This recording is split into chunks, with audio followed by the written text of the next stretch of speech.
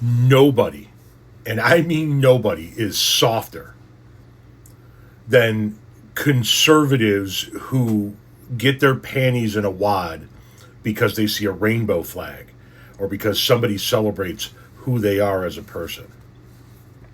These people are softer than baby shit. Watch this lawsuit. Guys, this is one of those times where sure, I could summarize the lawsuit for you, but I'm going to need you to walk through this complaint with me, okay? This is wild. Our plaintiff is Eric Batman. Yeah, Batman works for the LA County. He's a devout Christian who believes that homosexuality is a sin that will send you to hell, and pride is also a sin. But at all in conflict with that, he believes that you should treat others how you would like to be treated, with respect, kindness, and compassion.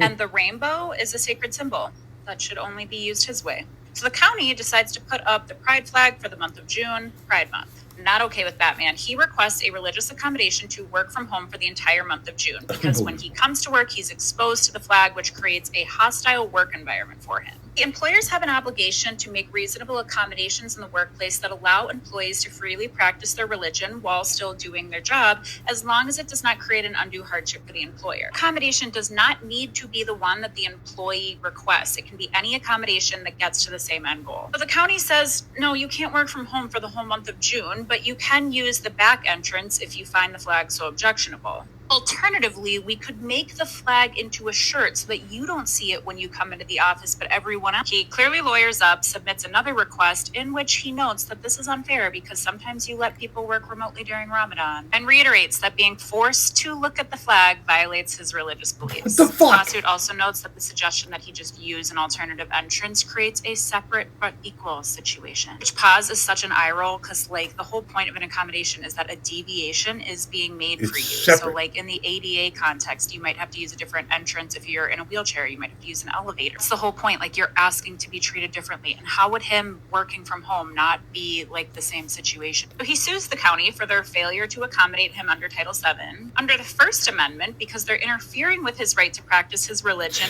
and they're being hostile towards his religion, because he has to look at a flag. He can't look away, and he can't use another entrance. And under the Establishment Clause, because their policy of flying the flag is discriminatory against him. Now, the influx of these Christian First Amendment I have a right to discriminate against everybody lawsuits come into direct conflict with everyone else's Title VII rights to not be discriminated against in the workplace, and your 14th Amendment right to liberty. For example, the Bible also says that women should be subservient and obedient to men who should not take direction from women. So under his theory, couldn't an employee also say, I should have an accommodation that I don't have to work with any women, much less report to one? If an employer granted that, I would say that the women in that office would have a Title VII claim that they're being discriminated against in the workplace. And the problem is that the current Supreme Court bench, when faced with this type of tension, consistently sides with the plaintiff's religious right to discriminate.